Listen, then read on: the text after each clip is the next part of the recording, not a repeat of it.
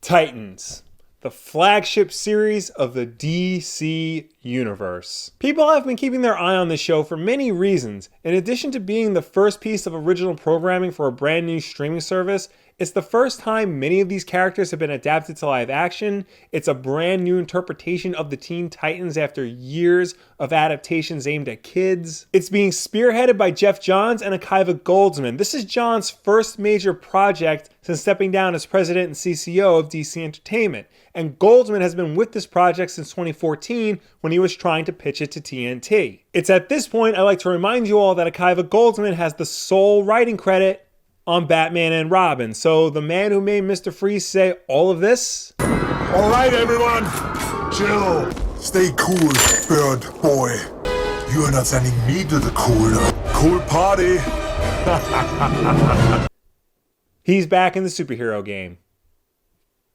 Yay. And of course, this series is dark and gritty. While the DC movies have been doing everything they can to try and lighten themselves up, this TV series literally says, F that. Batman. With foul language, bloody and violent action scenes, and a cult storyline that's actually fairly intense, this is definitely not the Teen Titans of Teen Titans Go. This is a TVMA show, motherfuckers. It's badass for badass people. But is it good? They're putting all this time and energy into showing us that it's grimdark, but did they remember to actually make it good? Well, yeah, actually. This was a really good show. See, I don't hate everything DC does automatically. Not today, Satan. Not today.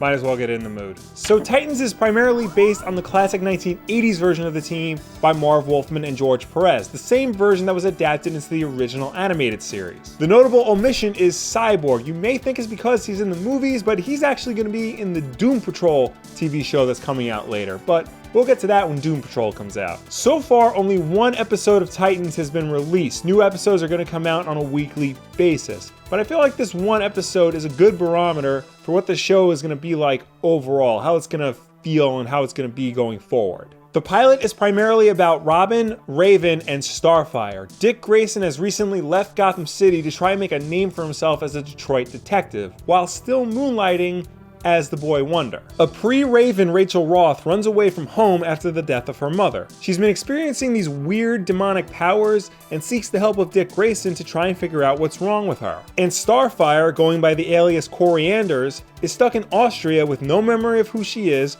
or why she's involved with local gangsters. I should note that we do see Beast Boy, but only at the end, and his bit really felt more of a teaser of what's to come in the next episode. I actually really enjoyed this episode. I thought the acting was solid throughout. I was thoroughly invested in the Raven storyline. I thought their take on Starfire was unique and interesting. And most importantly of all, I think they nailed Robin. He's faithful to the comic book version, yet wholly his own thing. Back when the first trailer was released, I said on Twitter that I wasn't going to be watching Titans because I found their version of Dick Grayson to be way too violent and aggressive. Dick Grayson to me always felt like the nicest of the Robins, the least likely to follow in Batman's more angry and aggressive footsteps. When I saw the first trailer, I just didn't think that this was Dick Grayson. This more violent character just didn't ring true to the Dick Grayson I knew from the comics. However, after seeing the full episode, I can confirm that this isn't necessarily the case. While I do think it is a little bit excessive, and I'll get to that in a second,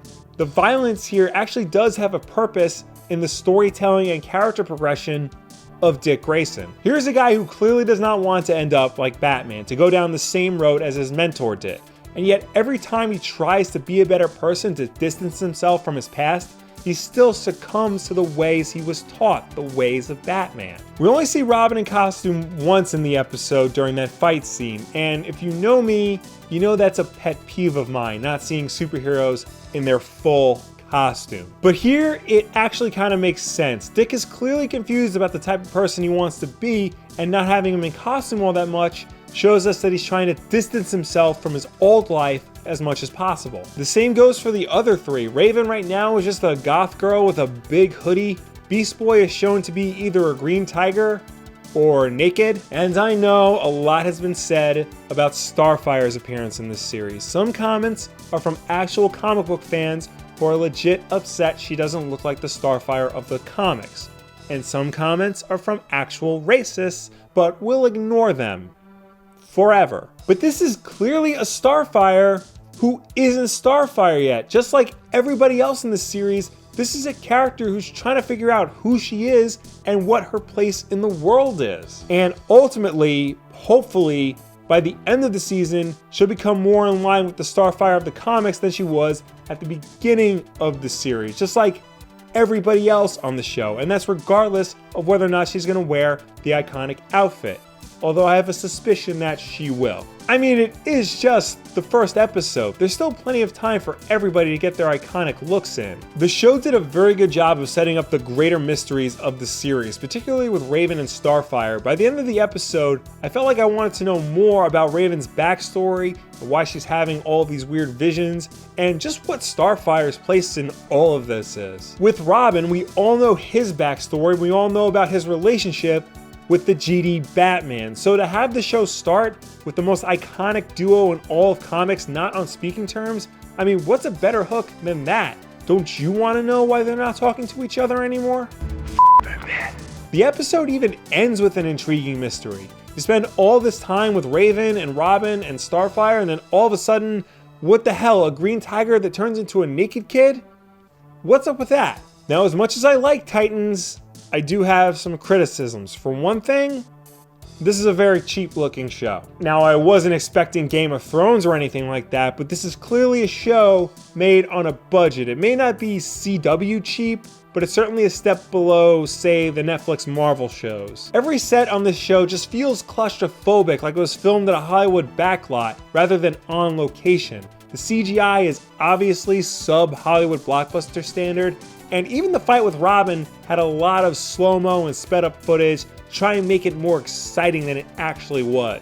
None of that stuff is too distracting, I just felt it was worth mentioning. And besides, this is something that can easily be fixed with the larger budget that I'm sure Season 2 is going to have. A more pressing issue, however, is the more adult content aspect of the show. Look, I totally get wanting to add blood and violence and foul language. I mean, what better way to get attention for your new show on your new streaming service and to set it apart from all the other previous versions of Teen Titans than to make it dark and gritty. You know, like a DC thing. That is an excellent way to make television and film. But I honestly don't think it's necessary. I just feel like it's ancillary set dressing that doesn't add that much to the overall story. They clearly want the show to be mature, but it's mature enough on its own. It's dealing with some heavy themes like identity, self-discovery, child endangerment. Hell, Raven's storyline alone is mature enough for a TVMA rating. If anything, the blood and stuff just makes it look more like a stereotypical grimdark comic book adaptation,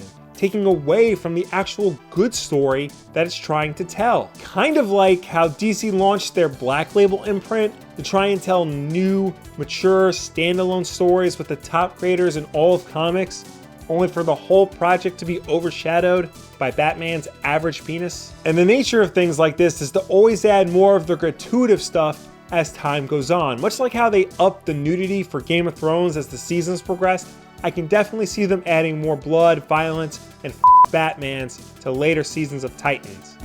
Batman. But I hope they don't. I hope they realize that the show is strong enough on its own without all that stuff and can survive on its core alone. I also kind of hope they add Batman. Remember in Supergirl Season 1, how they kept mentioning Superman, but they never showed him, and it felt like something important was missing?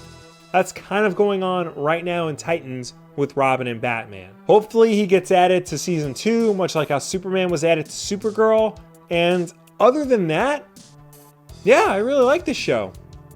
Bring on episode 2. And now's the time where you, yes you tell me what you thought of Titans. Did you see it? Did you enjoy it? Are you excited for the series? or are you done after one episode? Let me know down below or anywhere on the internet. I know it's kind of silly to say a show is good based on just one episode. I mean, it could tank before the season's over, but I mean, I've complained about movies based on leak set videos before. That's kind of what I do here, along with a lot of other people on YouTube actually. If you're watching Titans on the DC Universe app, then you have access to a whole bunch of classic Teen Titans comics from the Marv Wolfman and George Perez era, and those are definitely worth checking out. However, if you don't have access to DC Universe, maybe you're not in the United States, or you just didn't subscribe, or you'd rather get your comic books physically, I put some Amazon links to some classic Teen Titans stories. Of course, the Marv Wolfman, George Perez era Teen Titans, the 50th anniversary celebration book, and even the first volume of the new Rebirth era Titans. That's actually pretty good. Buying any of those books, or really anything you want on Amazon using the links in the description, goes a long way to help support this channel, as does buying shit from Wulff Den Apparel, the best clothing line on YouTube that just so happens to have our logos on it.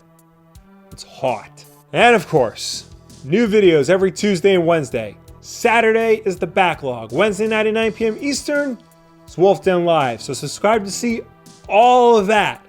Like this video. Share it with a friend who is concerned that Titans may be the bad kind of grimdark superhero storytelling. It's not, and it's a relief that it's not. Thank you all for watching. I will see you next time.